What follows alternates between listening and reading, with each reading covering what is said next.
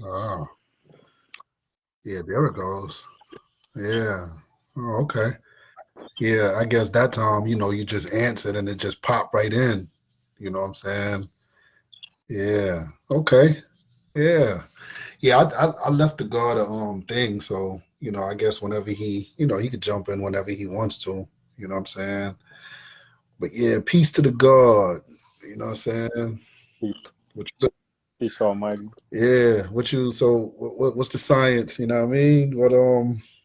You know, I know you told me you spoke with uh uh the brother yesterday, you know what I'm saying? And he was dropping some science, just about, some of the, studies and the orders and stuff that he had been studying over the years. You know what I'm saying? You know, powerful stuff, man. You Yeah, know, I mean, it was nice to build with somebody, I guess, from a different cipher. yeah. He he, I mean, the guy, the brother was very knowledgeable of all the information that like he's a Sufi, and he explained to me the Sufi orders that he had studied Hmm. under. You know what I mean, and I talked to him because there's a Sufi here in Philadelphia who come under Sheikh Amadou Bamba. Oh, okay. One You of know his what I'm saying? students. Cynical. Yeah, Okay. and I'm sure you because he has an internet presence too. Hmm. You know what I mean, but this Sufi that he came under was out of Michigan. Okay. So for the last couple of days, I just been researching and understanding the different Sufis. Um, there's a Sufi that I had heard about called uh, Ibn Alabi, Yeah. I believe is how you Yeah. pronounce his name. Yes, sir. You know what I'm Yeah. saying? Lately, I've been researching some of his work. Yeah. Ibn You know, Alavi. Yeah. Yeah. Yeah. Yeah. He's yeah. I want to say, matter of fact, he has a translation of the Quran. I want to say also, if I'm not mistaken, Sufi Quran. You know what I'm saying? They have as well their translations, just like how you have the, Yusuf Ali and, for the, Sunni Orthodox and Mulana Muhammad Ali, you know what I'm saying? Mostly, like NOI and of course the mm-hmm. Muhammadian, or the Ahmadian community, you know what I'm saying? Mostly study from that Quran. But I always wanted to get and I think it's another one, Al Nuri. I think Al Nuri as well. Mm-hmm. That's another translation, Arabic to English translation of the Quran by a Sufi sheikh. You know what I'm saying? Well, my understanding of Sufism is like there's an outer circle and then there's an inner circle. Like Christianity is for the Hmm. masses, but Gnosticism is the real knowledge that's inside of Christianity. Same for Judaism. Judaism is for the masses, Right. but the real meat and potatoes is Kabbalah, Right. and the same goes for Islam. And I'm Right. sure Buddhism and Hinduism all have their inner and outer Right. circles. You know what I'm saying? How I came into this knowledge, I told you I was studying Yeah. Kabbalah and the relationship that letters and numbers had with the physical Hmm. universe. And that and I've heard I knew about the Nation of Gods of Earth early in the Hmm. 90s, but I had never met a 5% of them. You know what I'm saying? In all the years of studying. I seen one on the bus one time when I was about 14, but I just was too intimidated to say something to Yeah. him. And years, months, and days had gone by. So, I'd read their books, but again, it's like you experiment with high explosives. You really don't know what it is you have in your Yeah. hand. And I actually I used to be in the service, and I remember one of the guys, he's from New York, he went home on leave Hmm. and came back with Supreme Math and Supreme Alphabet and left it on his rack and went out for the weekend to do whatever he wanted to do. And I had duty; I couldn't leave the Hmm. ship, so I got it off his rack and was reading it. And I was like, wow, something like this you just leaves just sitting around. You know what I mean? He just left it there like it wasn't nothing to Yeah. him. You know what I'm saying? Yeah. But maybe it was meant for me to pick it up because later down the years, when I finally came across it Mm-hmm. again, I remember like, oh, this is what It he makes had sense. on his on what he left. Yeah. And when I used to hear Brand Nubians talk about 120 degrees, I really knew what, I didn't know what any of it meant. And I told you I came across on a Melchizedek book. You ever see that yellow one? It got all the lessons in it. It's yellow. I think, It's a little small yeah, okay, pamphlet. yeah. I was gonna say, is it like a little pamphlet type of thing? Okay, Yeah. yeah. I came across that and still didn't know what I was reading. Mm-hmm. So then the years went by. I'm studying Kabbalah, and you familiar with Kabbalah with letters and the Yeah, Hebrew the alphabet? Hebrew. They have a science called gematria, Mm-hmm. where if you take a word and it say a word adds up to the number 13, Mm-hmm. right? Every word that adds up to the number 13 has the same vibrational frequency on it, Mm-hmm. and they can all correlate with each Right. other. You know The what I'm saying? Quran is similar, And just with the number yeah. 19, basically. But yeah, the Quran is similar. Well, I just use 13 as an Right. example. Yeah. Every word Yeah. that adds up, like Mm-hmm. 768, whatever it may be, all words that add up have the same vibrational Mm-hmm. frequency, and they kind of correlate with each other. Mm. You know what I Yeah. mean? Yeah. But then that's when I found Supreme Math, and I reached out to some brothers, and they brought me on, and they started showing me the science behind it.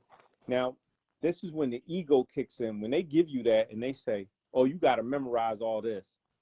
First thing you thinking is, ain't no way in hell I can memorize all of Mm-hmm. this. I can't even remember what I had for lunch yesterday. You know what I'm saying? Yeah. But it's a battle. It's a battle with yourself, because the self is telling you you can't do it. But Yeah. in actuality, the mind really wants to do Right. it. You know what I Right. mean? And it's a science, and you practice at it with anything. Like how you ever hear stories of people who could memorize the Qur'an? Yeah. That's an amazing feat. Just to, you know what I I mean? mean, but I mean, over here in the West, but in the East, that's nothing because kids do it Yeah. every day. Like when I was in federal prison, my cellie, I was in there with this brother from Senegal, and he's the one who I first learned about, Sheikh Amadou Bamba, and and some of the great Sufi masters from out that way in West Africa. But he said at 7 years old, you begin, what I'm saying, they begin teaching in the schools out there, the madrasas out there in Africa, they begin teaching them, what I'm saying? And he was like, they pop you. They, what I'm saying? 7 years old, they get beatings, but they got to learn to memorize. So most African Muslims out there, that by the time they're like 12, 13, they know the whole Quran, by heart. But see, they're singing it, Right, yeah, right? yeah. It's a singing, it's a rhythmic type of melodic way that and that opens up centers in the, chakras, the just throughout the body, certain things are open when you tune in or tap into And that type of frequency. the fact that you say they singing it, because it brings me back to the Brand Nubian song where he's culture freedom, power refinement, equality, God's bills destroy born knowledge, You cipher, remember it? Yeah. murderer.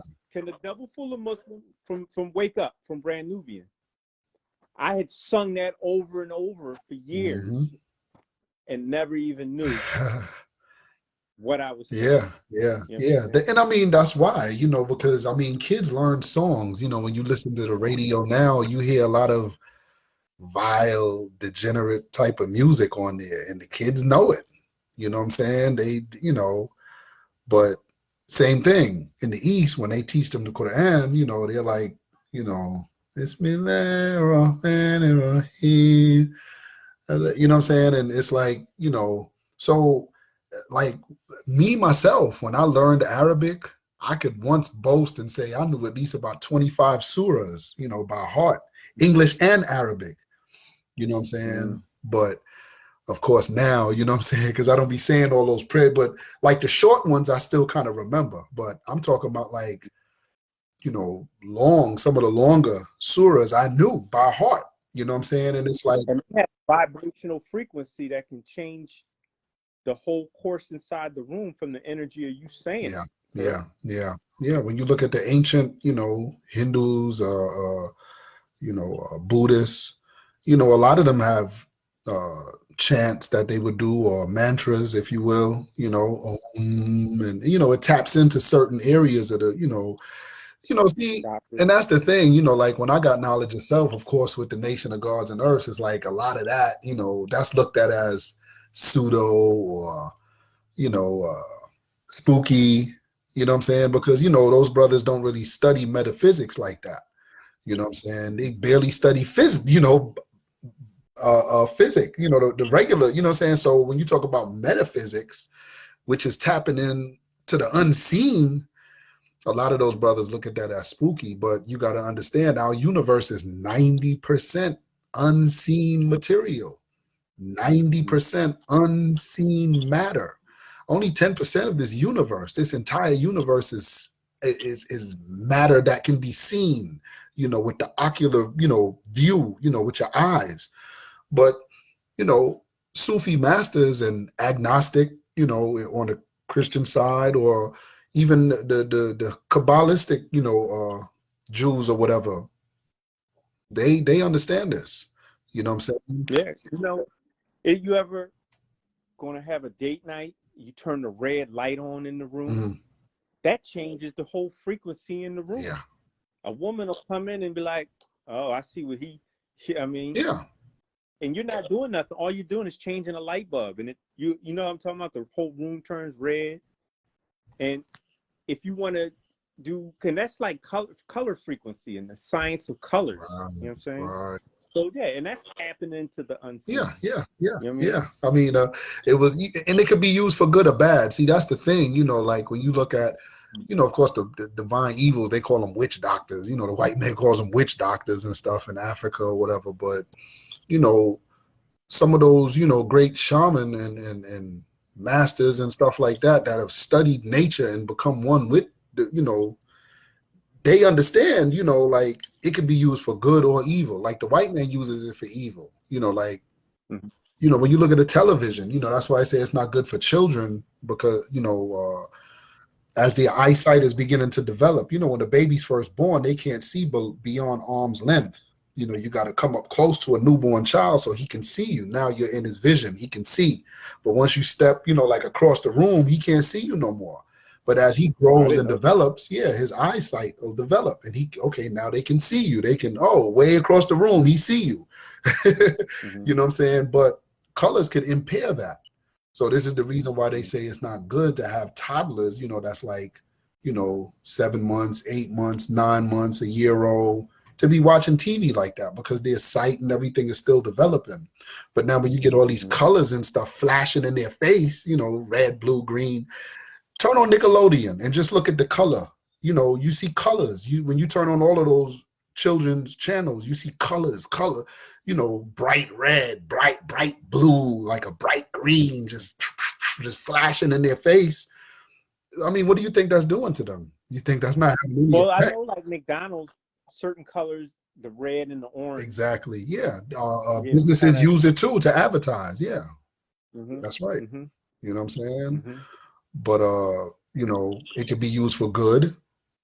You know what I mean? Certain lights, like you said, I don't know if you've ever been to like a masseuse parlor where, like me and my wife went one time and, get massages and stuff. And, they got a certain light that's, a more tempered, like calming type of, you know what I'm saying? Then they got the candles with the aroma. So you're smelling, the senses, they're tapping into those senses through your sight, through your nose, you know what I'm saying? Mm-hmm. Even through your ears. They may have some mellow type of music on, you know what I'm saying? That's gonna, Yeah, I found with scent, I can meditate longer because the scent gives the brain something to do right. instead of you ever be in meditation and you be Your thinking, mind is can I all, touch yeah, leather? yeah. You can't, it's hard to Yeah, still the mind. That's what, yeah. Buddhists, What am I gonna wear to work yeah, tomorrow? Dang, I gotta cook. Yeah, the mind just goes wherever, but the scent calms the mind and it gives it something to do so you can focus on whatever it is that you went in right. with your That's intent. right. You know what I'm Yeah, saying? yeah, that's actual fact. It's powerful, man. When you start to study all of those different things, it's like, wow. But that's like how we was building the other day, and I said, it's almost like, excuse me, it's almost like a baby, you know, like when I first got knowledge of self, you know, with the NGE, I was like a baby. I couldn't see beyond arm's length, you know, because as we know, the Father didn't bring us everything. You know, he brought what he could, you know what I'm saying, to the best of his ability, but he didn't bring us everything, you know what I'm saying? And Master Fard Muhammad and the Most Honorable Elijah Muhammad, Master Fard Muhammad, it says he studied 42 years in order to redeem us. And the Honorable Elijah Muhammad soldiered on his post for over 40 years. You see what I'm saying? Before he departed from us. So here you have a whole, really 80 years of, you know, a body of work that's already been, you know what I'm saying, tested and everything. And we see that it works. So the thing is, in order to understand the science of self, you need the whole package. So it's like coming in the fold, I was like, oh man, you know, them niggas don't know. Oh, they on some spooky shit. Them niggas is pseudo, or them niggas is spooked out. But it's like the more you advance your learning and your knowledge of the unseen, of the science of metaphysics and all of these other sciences, that's, you know, I call them God sciences, basically. You know what I mean? Because they show and prove God. But once you tap into those higher God senses, it's like now your vision is, it's almost like looking out into, you know, at nighttime, you know, with a pair, like a bird's eye view. Right, you got a pair of binoculars. You got a pair of binoculars, and you looking up at the stars and the. But now, when you get a telescope, you know what I'm saying, you see way out there. You know what I'm saying. So it was like that with me. It's like after listening to the Most Honorable Elijah Muhammad and the teachings and the understanding that he gave to these lessons, it was like, wow. It was a lot of stuff I didn't know, you know, and that's what I tell brothers sometimes. I'm like, humble yourself, humble, because there's so much you don't know. Yeah, So much you don't know. There is so much you don't know. Yeah. The thing about it, you have the foundation, which is mathematics. Right. Now you can take this foundation into any cipher and study anything you want as long as it adds up mathematically. You know what I mean? Yeah. Because this knowledge can go into any cipher. Yeah. And the best part about it, you can't go in thinking you know everything. Right. Because I go into different ciphers and I humble myself as a student, and I may know more than what they know, but I'm going in just willing to learn. It's not what you know, it's what you want to know when you interact with people. Yeah. You know what I mean? Yeah. That's a fact. Because there's knowledge in everything, in all aspects of life, but you can't go in, well, I'm the high supreme this.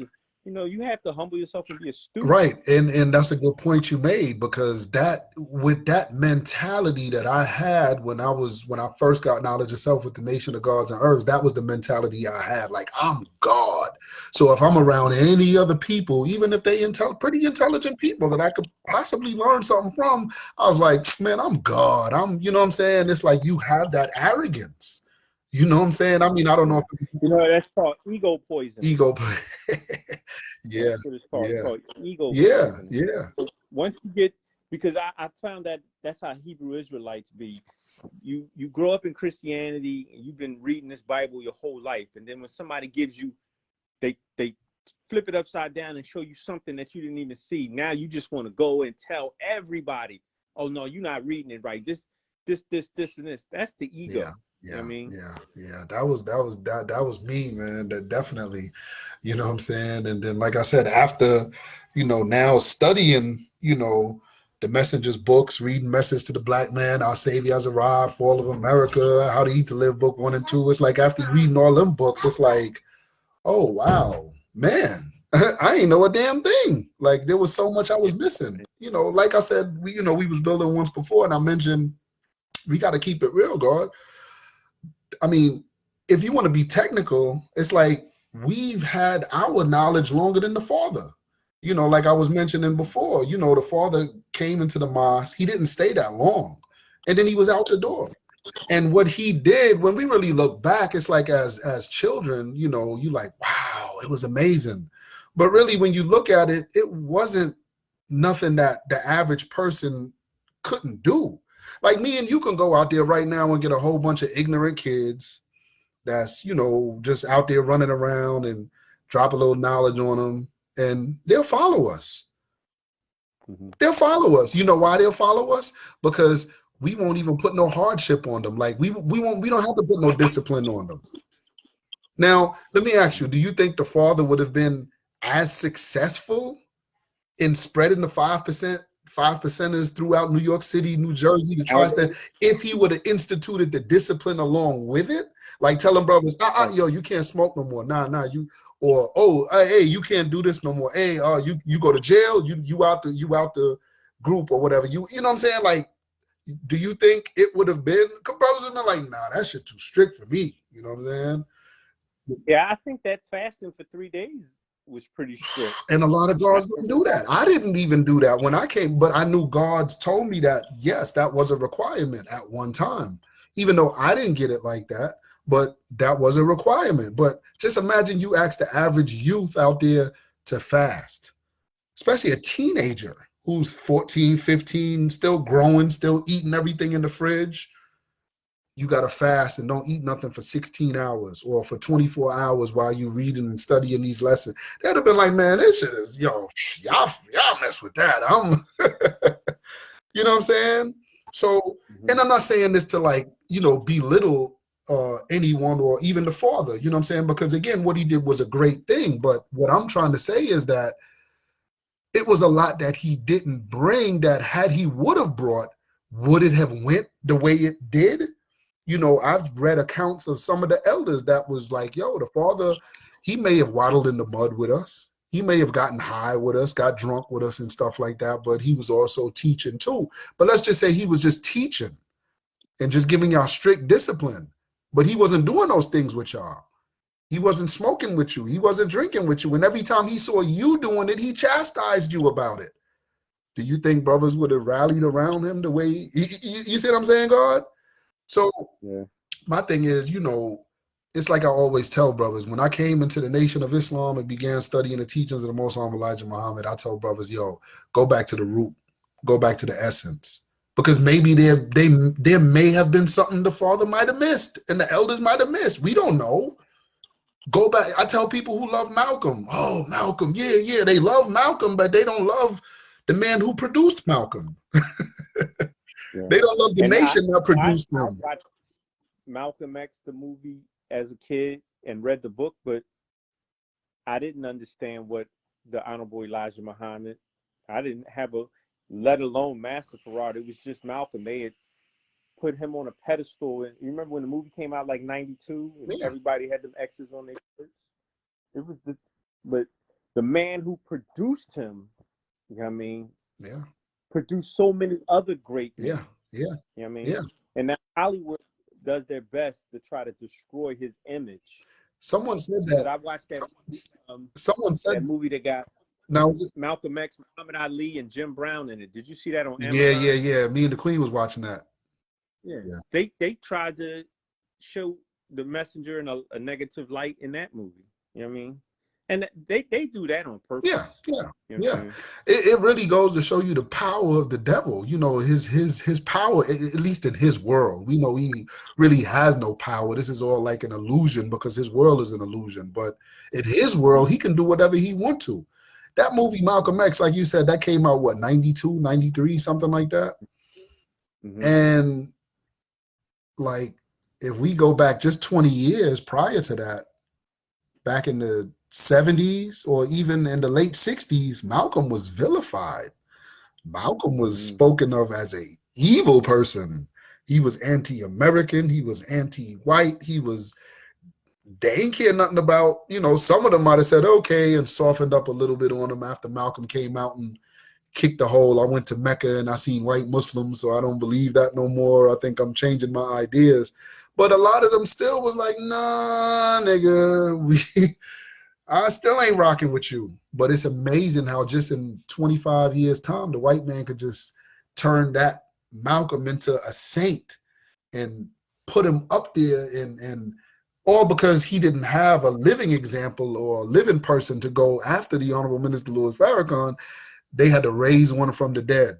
So they raised Malcolm, even put him on a U.S. stamp, you know. But back during his time, he was, I guess you could say, public enemy number one in terms of consciousness. Yeah. So, you know, that's powerful. But again, I tell people all the time, you love Malcolm. There's plenty more Malcolms. I know where there's plenty more Malcolms. I'll show you Brother Reza Islam. I'll show you Dr. Wesley. I'll show you. I mean, the messenger, this is what he did. He had a Malcolm making factory machine. This is what the Nation of Islam is. Brothers go in there, you know, come in there as savages, but when they, after 3 to 5 years or 10 years of studying and discipline, that's a different man. You know, just think, Malcolm went from, they used to call him Satan, and when he was locked up in prison, that was one of his nicknames the guards gave him. You know what I'm saying? But this man was turned into a righteous God. And it just shows what these lessons can do. Yeah. What this knowledge can do. It can, because remember I told you, it's the program in the subconscious mind. Even if you think that you're a loser and your life is worthless, you study question number 1, who is the original man, and you do repeat that over and over again, practicing it to learn it, reprograms your subconscious mind. Now it tells you that you God. Now you walking around, you don't need to learn any other lesson. That one lesson right there will reprogram your mind and give you something to look forward to, because it tells you who you are. My enlightener, you know what I'm saying? You know, he told me that's our shahada. You know what I'm saying? That's our shahada. You know what I'm saying? You know, who's the original man? Because it bring everything back into perspective now. Oh, that's me. Oh, wow. Really the entire student enrollment, to be technical, but that in particular, the first and second question, because it lets you know who you are and it lets you know who your natural enemy is in this universe. You know, everything has a counterpart. You know what I mean? I think we was building and when I was on the other thing with you with the other brother, and how y'all were talking, y'all was building on you know, just the Hajj and I was mentioning how, you know, you see this recessive going against the dominant going against the recessive going against the dominant. We see that from the most gigantic to the most smallest atoms. We see this war going on. You know what I'm saying? Yeah, you told me. Yeah, and even in the botanical world, there's plants, you know what I'm saying, that, you know, there's a recessive and there's a dominant, and they're always at war with each other. In the human body, there's a war going on. So, you know, when we look on this matter and antimatter. Right, exactly. Right. You know what I'm saying? And then I think I was mentioning, like, even in the ritual of Hajj, it shows that too. The mathematics is there as well. It shows that the darker is the one that you make 7 circles around and pray in front of and kiss the black stone. But the white stone, you don't do that to that. You throw rocks at that and scream Allahu Akbar and pelt rocks at it. You know what I'm saying? And that don't even sit within the holy city. That sits 6 miles out. Listen at the numbers, the mathematics. 6 miles outside of the holy city of Mecca sits the white stone that you pelt rocks at. So I remember I heard Dr. Khalid Abdul Muhammad one time say, he was like, so don't tell me I'm racist. Allah must be racist, because look, even in Islam, you see it. You know what I'm saying? You know, so, you know, like the Most High Elijah Muhammad said, you know, in this last day, you know, in the day of judgment, you know, Allah is going to put the sun, moon, and stars on display for this one, you know, because this is big, you know. And I actually picked up the Messenger's book. I was studying at the beginning, talking about mystery God. I mean, Message to Black Man. I remember you telling me that it's important, or I don't know, I guess that was you, why they put that at the beginning of the book. That's where it starts out with mystery God teaching. Right, yeah. Message to the Black Man. Yeah, true indeed. I mean, because, see, the Most High Elijah Muhammad, I mean, him and Master Fard Muhammad, again, through study. See, when the Messenger wrote those books, he had been studying Islam now for over 30 some odd years. You know what I'm saying? All them books he put out like in the late 60s. Remember, he got Knowledge of Self back in 1932, 1931. I'm sorry, yeah, 1931 when he first met Master Fard Muhammad. But by the 1960s now, the messenger gives the understanding to the lessons. And that's why you see a lot of those questions that's in the lessons is in his books, is in his literary. So that's why a lot of 5%ers, like I noticed like in the NGE, when I first got Knowledge of Self, okay, I read Message to the Black Man, but I ain't read none of the other messages books. So I didn't know none of that other knowledge and stuff like that. You know what I'm saying? But it's important to read his books while you have your lessons. Like newborns, that's like a require. I tell everybody, if you're raising up a newborn, make sure when you giving them his lessons, make sure he reads. He has to read those books. Very important. You know what I'm saying? Because reading those books, it makes your job easier as an enlightener when he's reading those books. Yeah. A lot of people just don't want to read anymore. Yeah. Now with YouTube, they rather visualize, get the information instantly. Yeah. You have to comb through those books, and you may read chapter after chapter just to find one answer. I mean, like I collect books. I purchase books. You ever bought a book just to read one chapter because it has some information on something you might be studying? Or you purchase a book and put it on the shelf, you'll come back to it once you get to that. Yeah. Because you never know if that book is ever going to be on sale again. Yeah. So, yeah. I've done that before. Yeah. Yeah. I have a massive book collection of, like I tell my daughter, if I ever make the transition, I got all the science of the universe sitting right here in the living room. I mean, all you got to do is just read. Yeah. Every topic of study. I mean, I've read books on Buddhism, Hinduism, Islam. Yeah. You know what I mean? But the thing about it is, and that's like we were talking the other day, and I was just saying, you know, once you begin studying the teachings of the Most Honorable Elijah Muhammad, it's like now you can kind of mesh all of those books and all of that knowledge you learn. You can kind of put it together now. Whereas I remember when I was NGE, there used to be like, I remember one time one of the guards came in my house and he saw I had the Metanetta. You know what I'm saying? And he was like, you know what I'm saying? You know, Allah ain't teach that, you know what I'm saying? And I was like, so I was like, okay. So I didn't read. All I thought I had to know was memorize my lessons and I'm good. That was it. You know, because any other books or literature I would get, they would shun that. So I was like, okay. So, Yeah, I'm totally against that. I believe in, I ain't gonna say believe, I bear witness that reading is fundamental. Even reading will improve your vocabulary and it makes you well-rounded with knowledge, all knowledge. I mean, because that's what, don't the lessons say all the science of the universe? Yep, that's it. So it says we're God and we supposed to be gods of the universe. So yeah, and Master Farad gave Elijah 104 books. I mean, that's a lot of information. Yeah. I mean, yeah. That's a lot of books, man. I mean, that he read, You ever wonder what any of those books were? There's always been speculation, in NOI circles. I remember when I was in the mosque, that it was just always something that brothers would science up, like in the Nation of Islam, when you in the mosque or whatever,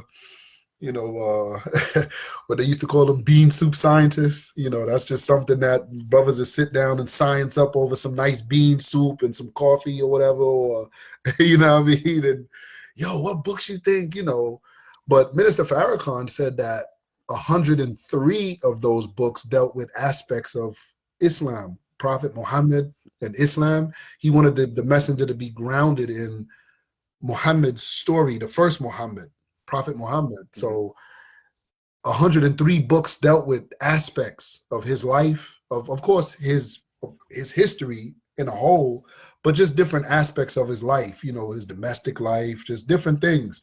But I've heard, what was it? It was another book.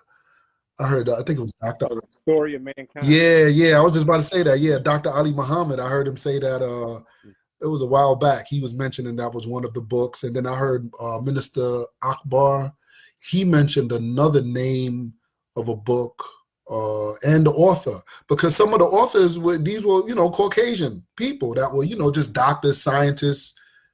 So the messenger, it wasn't like he just gave him all black books to read, black authors, because of course we didn't have really too many black authors during that time anyway. But yeah, that story of mankind, if you ever read it, it is a section in there where it talks about somebody came from Egypt into Europe and helped them get civilized to come back into the society. right. And it just says it in maybe like over a 2-sentence period.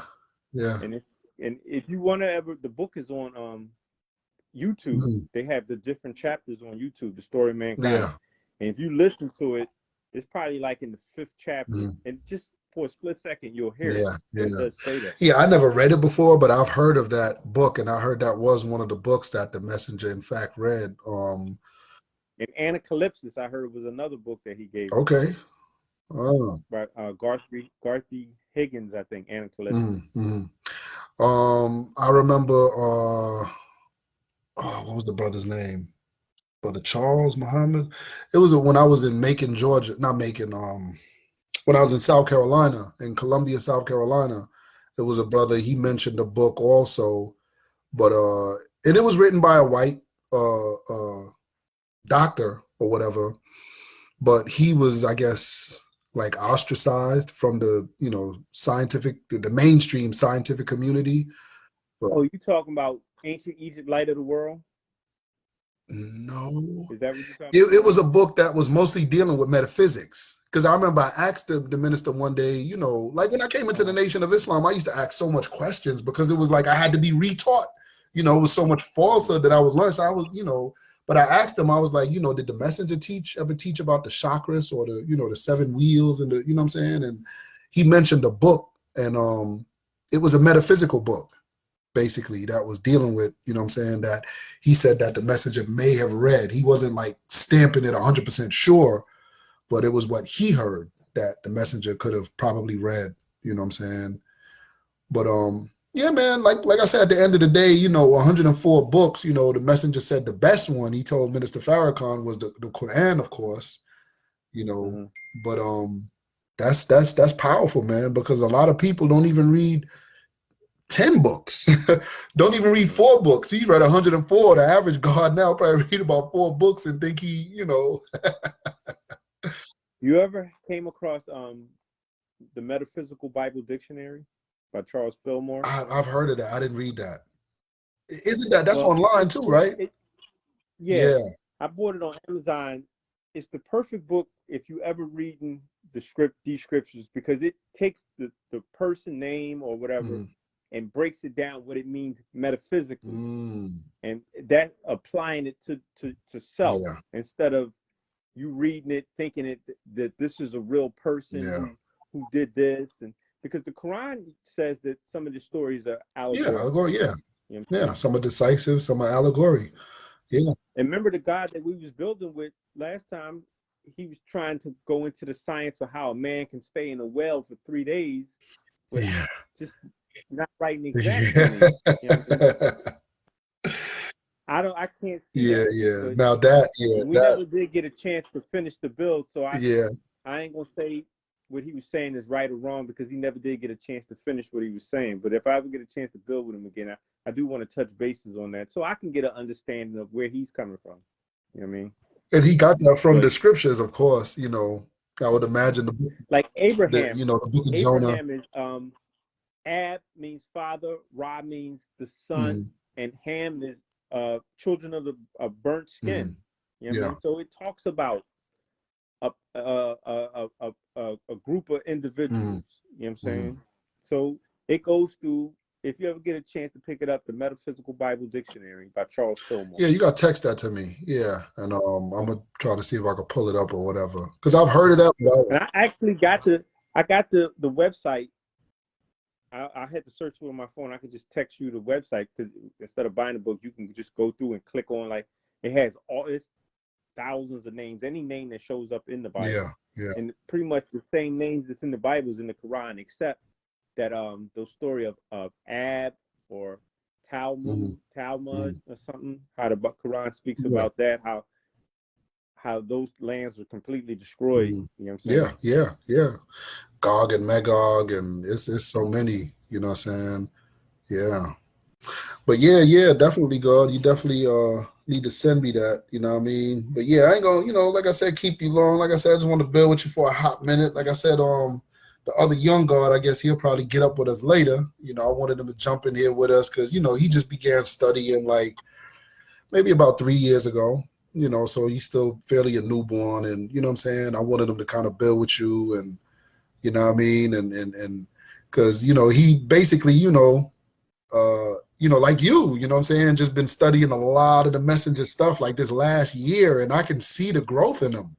You know what I'm saying? It's like, wow, I'll talk back to him, after a few months, and I'm like, okay, you can see it. You know what I mean? So. And the thing about the Messenger's books, there's no excuse for not being able to read them, because it's not like it's written scholarly information. It's information that anybody can read and internalize. Right. You know what I mean? Right. You ever read books that they're professors and they're only communicating with other professors, right, and it's not meant for regular people? Right. Yeah. It's not. The Messenger's books are not like that. Right. It's so easy to read. You don't have to be reading sounding words out. Right. I thought the Messenger said that you should be able to teach a 3-year-old and a 30-year-old in the same room. Yeah. You know what I mean? And both of them get the information. Yeah. You know what I mean? And that's how his book. So there's no excuse. Right. So people who are suffering from diet or health issues, there's a book that's really simple to read that can change your whole health perspective. Yeah. You know what I'm That's saying? a fact. And I met a Earth. She said she read How to Eat to Live, and she said she lost like 40 pounds just off of that book alone. And it changed her whole health. Changed her whole health. That's, it gives the science of diet and what to eat. Now I do see that Muslims eat shrimp, crab, and lobster, but the Messenger didn't prescribe shrimp, crab, and lobster to his organization. Right. You know what I'm saying? Right. But like the Jews don't eat shrimp, crab, and lobster because they're called scavengers or bottom feeders. Right. Like sea roaches. Right. You know Right. So that shows that the Messenger had a higher level of understanding about things, because he gave a much more defined diet than the Orthodox Islam. Yeah. You know Most definitely. I mean, those brothers, when Ramadan come, they're struggling to do that little, what is it? Not even 16 hours. I mean, what is it? Like a little 9-10 hour fast they'll do. Most of them be pigging out. I remember when I was in prison, they used to be pigging out at night, like just trying to get nice and full, because they know tomorrow they can't eat and stuff until sun go down. But in the Nation of Islam, the FOI, we used to be looking at them like, damn, you gonna eat all of that? Like, you know what I'm saying? Like, he trying to stuff his face tonight, and we like just eating a regular meal.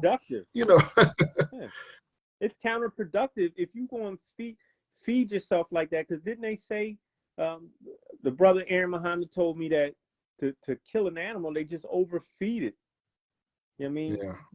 Yeah. The whole purpose of fasting is to try to cut down to one meal a day. Right. And he gave the science, like, you got to give your body a chance to digest the food that you put in there before you just put more stuff on top. Right. I mean, I read a story. John Wayne, when he died, he had 60 pounds of waste sitting in his colon. You know what I mean? Wow. 60 pounds. My mother died of colon cancer. Ain't no telling how much pounds of waste, you know what I'm saying? I mean, that's a reality. I mean, that you see it more so down here in the South too, you know what I'm saying? But I mean, that science says or proves that the body is never really at rest until you're fasting. Like when you go to sleep, people think, okay, the body's at rest. The body's still not resting. But it's actually when you fast, calorie restriction. Now they're talking about this intermittent fasting and stuff, and it's good stuff. I'm not trying to say, but where'd they get all that from? You know what I'm saying? I mean, the Most High Elijah Muhammad was teaching that back in 1932, 1933, 1934, you know, all through the 30s, 40s, 50s, you know, teaching that science. You know what I'm saying? And it's like, Just imagine how hard he had a job of trying to get people in those times to change what they were eating. Like, I try to tell people now, like, oh, you shouldn't be eating that.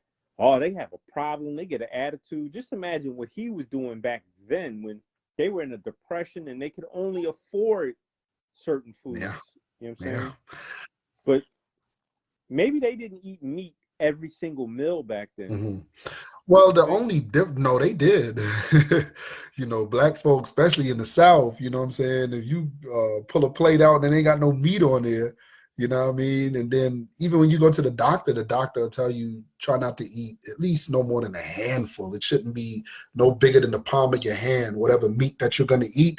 And the rest should be your sides, you know, your vegetables and whatever else. But yeah, you give somebody down here a plate of food and they ain't got no meat on it, they'll be looking at you like, what the hell? You know what I'm saying? Remember that joint back in the days? Where's the beef? You know what I'm saying? Mm-hmm. Yeah, I only You eat know, fish. but the difference is if I had to just, you know, take an educated guess, I would say because the food back then wasn't, it was more, you know, natural. You know what I'm saying? Like how the messenger says, even in it began around that time. Because if you read How to Eat to Live, which the messenger did in, what was that, 1967, 68, I think he wrote that book, which, as you mentioned, is written, you know, for anyone to understand. It's written on like a 7th or 8th grade reading level. You know what I'm saying? So like you said, there's no big words. There's nothing really hard to understand. But the messenger was saying that back then, that there's very little pure food on the market. Very little. And it's way worse now when, in our society. You see what I'm saying? You know, they did an update. They did an update to his book called The Holistic How to Eat to Live. It's a holistic version of How to Eat to Live. For real? It's been updated. Who did it? The Nation or someone else? Somebody in the Nation did it. I actually got the book, and it goes through. It's written for our time. It's The Holistic How to Eat to Live. It got the same cover and everything. I need to see that. Yeah, I'll take a picture of it. Yeah. I ain't never heard of that. But there's a brother, and I did a build on the channel, you know, How the Gods Eat to Live with brother Kevin Muhammad. He did a book called Most Frequent Asked Questions, How to Eat to Live. You know what I'm saying? And that's written on a college level for the most part. You know what I'm saying? You know, but it bears witness to what the Most High Elijah Muhammad was saying. He was just going deeper into the science of what he was teaching. You know, like the messenger said, eat between 4 and 6 o'clock, but he didn't really specify why that time. Well, this brother goes into the circadian rhythms of the, you know what I'm saying, the earth and the, you know, like he goes deep in, you know what I'm saying? And it's a small book. The book is like, you know, 60 pages, 50 pages, you know, too little thin, but he got book 1, he got book 2. You know what I'm saying? And what's it called? I'm gonna have to check that Most free FAQ, How to Eat to Live. Frequent asked questions, How to Eat to Live. You know what I'm saying? I'll check that out. And I think in our communities, they think like those Chinese stores, the healthiest thing they have in there is broccoli. And then Dr. Sadie says, don't eat broccoli. I mean, by him saying that to me, I thought was one of the bad things because 9 times out of 10 in some of our communities, that's the only vegetable a lot of people eat. Yeah. Is broccoli. Yeah. And it's better to have some greens. Right. Than no greens at all. Yeah. That's a fact. You know what I'm saying? You know, yeah. You know. Yeah, Dr. Sabi, he got his inspiration from the Honorable Elijah Muhammad. You know, he was. A lot of people don't know that he was in the Nation at one time. You know, just for a hot minute. You know, he was in and out. You know, as Brother Clarence and some of the other, but he was in and out. But he gained a little piece of wisdom from that, and he began, you know, breaking down foods, talking about the electricity in foods. You know, because at the end of the day, it's like once you understand the science of the human body, you know, the human body operates off of electricity and oxygen for the most part. So when you understand those 2 principles, then you can begin knowing what foods to eat, you know, to keep the body at an alkaline state, you know, at least a pH 7, pH 8, pH 9. You know, when I get my waters now, all my waters is at least pH 7. You know what I'm saying? You know, so that's definitely important, you know, to understand the science of that.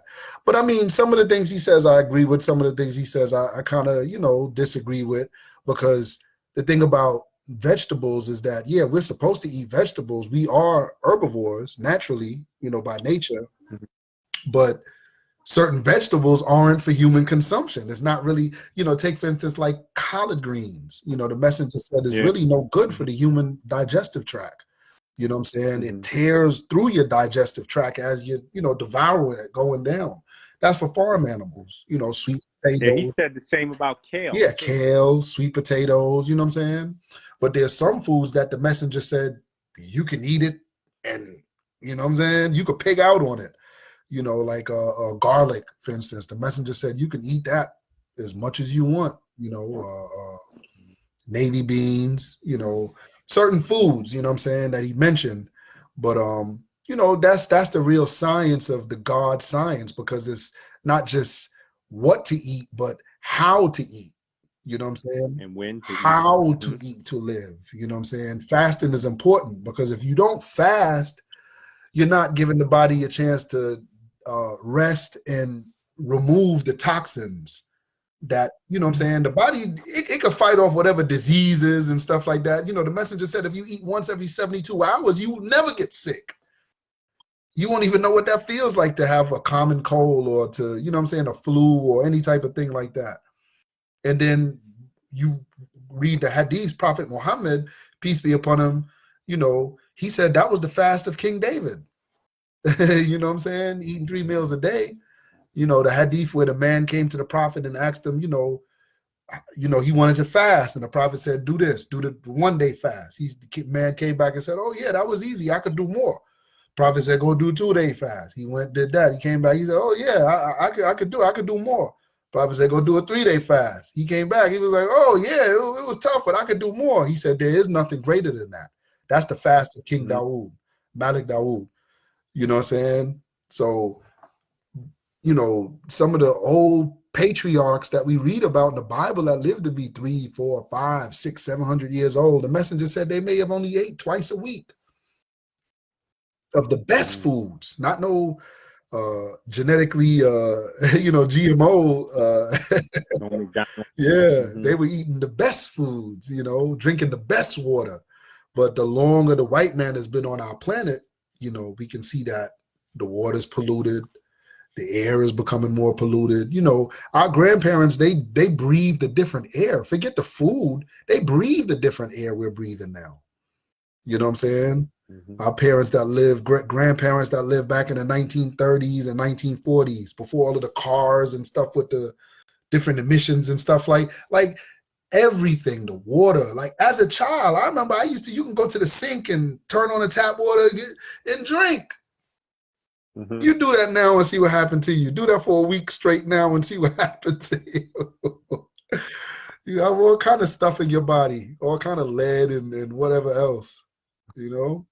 So, you know, it could be reasons why, you know, you know what I'm saying? But at the end of the day, you know, I guess if we was to, you know, be in an environment where we can prepare our own foods, you know, you got your own chickens. Well, you know, we built on people moving outside of the country, and all them people who move out like to them islands, they're eating fresh fruit and vegetables every day, fresh fish. They don't have the same health issues that we have. And just imagine, I know you said you grew up in New York, how everything is all congested and everything you do is on the move. You know what I mean? People in the South are a little bit more relaxed.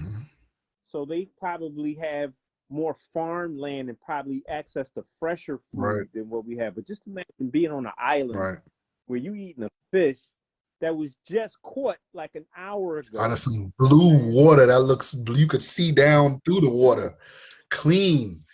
My nephew had went to, what was it, Panama, Costa Rica?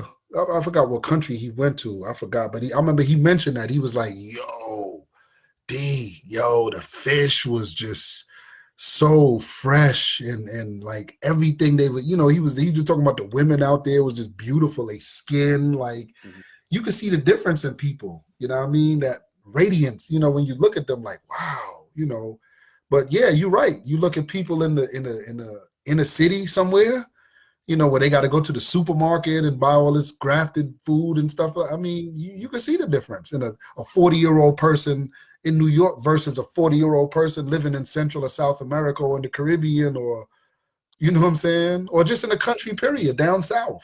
You can see the difference. You know what I'm saying? But yeah, God, like I said, man, it's definitely, it's something that we got to practice and just discipline ourselves. Like I told you, the other day, there's not no ancient mystery system. There's no sacred knowledge or anything that was ever given to people without discipline right along with it. You know what I mean? The two go hand in hand. You know what I'm saying? You gotta have discipline. You know what I'm saying? Because discipline helps. Yeah, you definitely do have to have discipline. Right. Because I mean, discipline helps groom and grow, the individual, and then considering us, Black Americans, who we've been here for over 400 years and under the white man's, tutelage, he was our teacher. Everything we learned was from him, even down to sex, mating. Most of us learned from watching porn movies. Or hearing somebody tell you about what I'm saying? Well, I'll speak for myself. That's how I learned, what I'm saying? But when you start building with the gods, with the, what I'm saying, and you learn the proper ways of mating and producing children and even down to that science, what I'm saying? It's a lot to learn, God. It's a lot to learn. It is a lot to learn. Yeah. It is. And it's not about what you know, it's about what you want to know. The fact that you want to know more. Right. The information will come to you. Yeah. You know what I mean? Yeah. And I found you get up every morning and you set an intent, and the questions will get answered. You know what I mean? Yeah. Like that saying. What's that saying? When the student is ready, a teacher will appear. Right. Yeah. How it goes? When the student is ready, the teacher will appear. Right. Yeah. That's it. Yeah. That's a fact. You know what I'm saying? Because once you're ready and you have the intent now, the mindset, I just like in prayer, in Salat, the first thing is niyyah, like you have to have in your mind, the intention, like the idea and the intention or the thought to do it. Like, okay, that turns into a determination. Now I'm determined to learn. When I got my lessons, I remember saying one day, I was like, yo, one of these days, I'm going to really understand what all this stuff is. When I first got my supreme alphabet, math, I was like, yo, one of these days, I'm going to really understand what this is all. Like, I didn't know, because I didn't, I just know how to quote it. That was it. But I was like, one day, I'm going to really learn this stuff. You know what I'm saying? So once I put that determination and I had the will to want to learn it, I started meeting positive teachers and stuff, enlighteners. And, I've had many enlighteners throughout my travel. You know what I'm saying? And all of them were a blessing to me. All I can say is alhamdulillah, And that brings me back to what I was talking about in this book, the first chapter, where he was talking about spirit. Right. It's not anything that you asking for. It's a man that's going to bring it to you. So say somebody might pray, give me the ability to understand Arabic. You know what I mean? It's not just going to instantly appear in your head. You're going to meet somebody who's going to sit down and teach you, because it all comes through a man. You know what I'm saying? That's what happened with me. It was just like one day I was just like, yo, I want to learn to read Arabic, because, like a lot of the Sunni Muslims, up there in Philly, Bmore, when I was in FC Alloreto, that prison was mostly like Philly, DC, Baltimore, you know what I'm saying, Catmore, it was a few New York, Jersey, but a lot of them were Sunni Muslims, you know what I'm saying? And that was always their argument when they get in with the FOI. They'd be like, the Nation Brothers, they'd be like, yeah, see, y'all ain't reading the Quran, though, because y'all reading the English. If you're not reading Arabic, you're not reading the real Quran. You know what I'm saying? Because the Prophet, sallallahu alaihi wasallam, he didn't speak English. So you're not, that Elijah Muhammad stuff. So it was like one day I was just like, man, I gotta learn Arabic because, you know, maybe they right, because Elijah Muhammad didn't know Arabic. So maybe it is something I'm missing. So I put in the determination to want to learn it. And where I was at, it was like a lot of foreigners, you know, a lot of Arabs there. It was one Arab guy. The first person that was trying to teach me was an African brother, the same African brother I was telling you about from Senegal a little while ago. Mm-hmm. Because he spoke 4 languages. Most of them speak 4, 5, 6 languages. You know what I'm saying? Mm-hmm. He spoke Wolof, he spoke Mandingo, he spoke French, he spoke Arabic, and then he learned English just really being around us in the prison. He learned English from us. You know what I'm saying? In like 6 months to a year, this dude's speaking English. You know what I mean? But it was another brother from Jordan. He tried to teach me, an Arab brother from Jordan. Another one, brother was there from Yemen. He was a Yemeni brother or whatever, you know. But the one who I ended up learning from was a Lebanese guy from, you know, Syria. And he was actually a professor in his country. He was a teacher. And that's why when he met me, he was like, I'm going to teach you the same way they teach the Lebanese children in my country. Real easy. So he just sat down with me, and it took me like, no lie, God, it took me 30 days. Wow. It took me 30 days. He went over the whole alphabet with me, everything, the correct sounds. He would always watch my mouth and my throat, like as I'm, you know what I'm saying, to make sure I'm pronouncing it correctly. He would say it, and then I would have to say it. You know what I mean? And yo, it went from, I'm looking at Arabic and it just looked like a whole bunch of scribble scrabble on the book, to 30 days later, I'm reading it and I know what all those letters mean. And I know, you know what I'm saying? But how did that happen? I had to make the determination in my mind that, yo, you know what? I'm gonna learn this, man. Because I'm tired of these niggas telling me, you know what I'm saying, what Elijah Muhammad, you know. But when I learned the Quran in Arabic, it only bared more witness to what Elijah Muhammad said. And that's when I guess you could say, I guess my belief kind of turned into knowing that Elijah Muhammad is the messenger, the last and the greatest messenger of Allah. That's how I know that. Because Elijah Muhammad was born here in Georgia, a country boy. He can't even speak English well. Don't know nothing about Arabic. But yet when you read the Arabic, it bears witness to his teachings. So I'm like, wow. So it was at that point, really, I was like, yo. I taught myself how to try to read Hebrew. Hebrew, if you learn how to read Arabic, you can learn Hebrew, because there's the same principles, you know what I'm saying, to the pronunciation of the letters and everything like that. The same rules apply, Arabic and Hebrew. Almost like Spanish and English. It's similar, very similar. You know what I'm saying? A lot of words, you know, Hebrew, Arabic,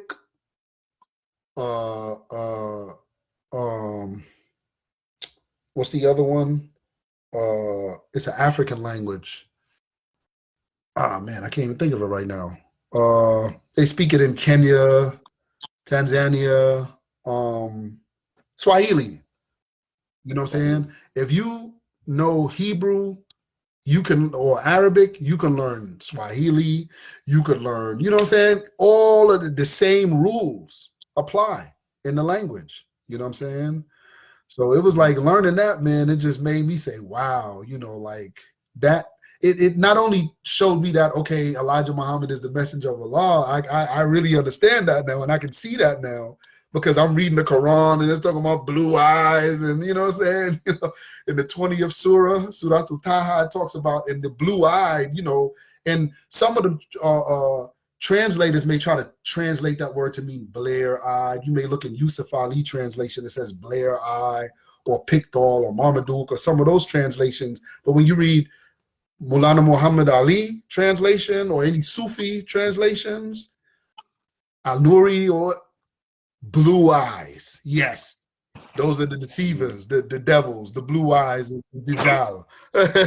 Which Qurans do you recommend reading? Because I got a couple of them.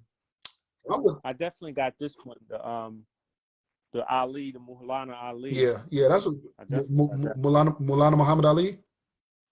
I definitely Yeah. I mean, that's the one that Master Fard Muhammad gave us to read, or you know, said that would be the best, you know, Quran for us to read. you know, the messenger had Yusuf Ali as well. There's actually pictures with the messenger with the Yusuf Ali translation. This back in the early 30s, actually. You know, you can see the messenger with the fez on, and he got the Yusuf Ali translation. But the Mulana Muhammad Ali is actually the best or better translation for us to read, I would think, as Black Americans, for the simple fact that it you know, sympathizes with a lot of our, you know, condition that we're going through. It's sectioned off, like each section has a heading of what the below chapter is you're about to read. Yeah. I've read some that don't have that. Right. You're just reading, like how the King James version is of the Bible. It's just lines. But I like this. Like this makes it easier to research. Yeah. You know, Mulana Muhammad Ali was a student of, you know, Ghulam Ahmed, you know, who they considered as Mahdi. You know what I'm saying? The Ahmadiyya community.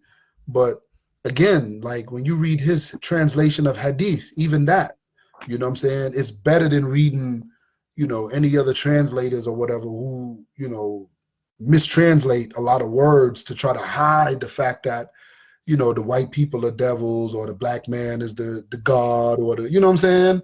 A lot of that is in the teachings, you know what I'm saying, in hadiths. It's showing you little, you know, it's not like spelling it out for you, but it's giving you clues that, oh, wow. You know what I'm saying?